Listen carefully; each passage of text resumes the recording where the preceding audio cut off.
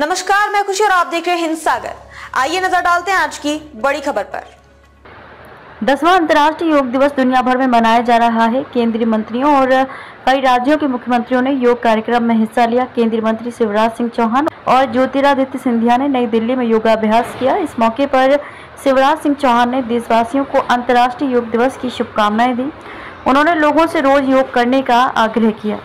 10वां अंतर्राष्ट्रीय योग दिवस दुनिया भर में मनाया जा रहा है। केंद्रीय मंत्रियों और कई राज्यों के मुख्यमंत्रियों ने योग कार्यक्रम में हिस्सा लिया। केंद्रीय मंत्री शिवराज सिंह चौहान और ज्योतिरादित्य सिंधिया ने नई दिल्ली में योगाभ्यास किया। इस मौके पर शिवराज सिंह चौहान ने देशवासियों को अंतर्राष्ट्रीय योग दिवस की शुभकामनाएं दी। उन्होंने आग्रह किया कि लोग केवल योग दिवस के दिन ही योग ना करें, योग को जीवन का अभिन्न अंग बनाएं। ज्योतिरादित्य सिंधिया ने कहा कि योग भारत की आध्यात्मिक क्षमता का प्रतीक है। केंद्रीय मंत्री शिवराज सिंह चौहान ने कहा कि योग स्वस्थ, सुखी और संपूर्ण जीवन जीने की कला और विज्ञान है। योग से केवल शरीर निरोग नहीं होता, मन भी प्रसन्न होता है, बुद्धि भी प्रखर होती है, आत्मा भी परमात्मा की ओर बढ़ती है। ये भारत की दुनिया को अद्भुत देन है। प्रधानमंत्री नरेंद्र मोदी को हृदय से धन्यवाद देता हूँ, उन्होंने योग को संपूर्ण विश्व में पहुँचाया। केंद्रीय मंत्री ज्योतिरादित्य सिंधिया ने कहा कि भारत की जो क्षमता है केवल आर्थिक और सामाजिक क्षमता नहीं, आध्यात्मिक क्षमता भी है।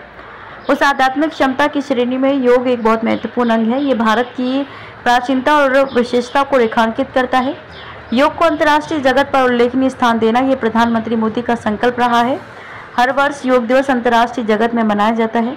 सिंधिया ने कहा कि पिछले साल संयुक्त राष्ट्र संघ में 136 देशों के प्रतिनिधियों ने प्रधानमंत्री के साथ योग दिवस मनाया था। यह केवल भारत की क्षमता का विषय नहीं है, बल्कि हमारे एक एक व्यक्ति के अंदर शालीनता और शरीर में तंदुरुस्ती आए, आत्मा में शांति आए, यही सबसे बड़ी विशेषता है योग की। सिंधिया ने कहा कि भारत केवल अपने बारे में नहीं सोचता है, वह पूरी पृथ्वी के बारे में सोचता है। यही वसुधैव कुटुंबकम की भावना है। पश्चिम बंगाल के राज्यपाल सीवी आनंद बोस ने कहा कि विश्व ने योग के माध्यम से भारत को देखना शुरू कर दिया है।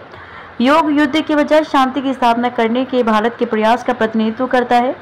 हम विश्वगुरु हैं और योग के माध्यम से हम दुनिया तक पहुंच रहे हैं। खबरों में अब तक के लिए बस इतना ही। फिर होगी आपसे मुलाकात ऐसी एक और बड़ी खबर के साथ।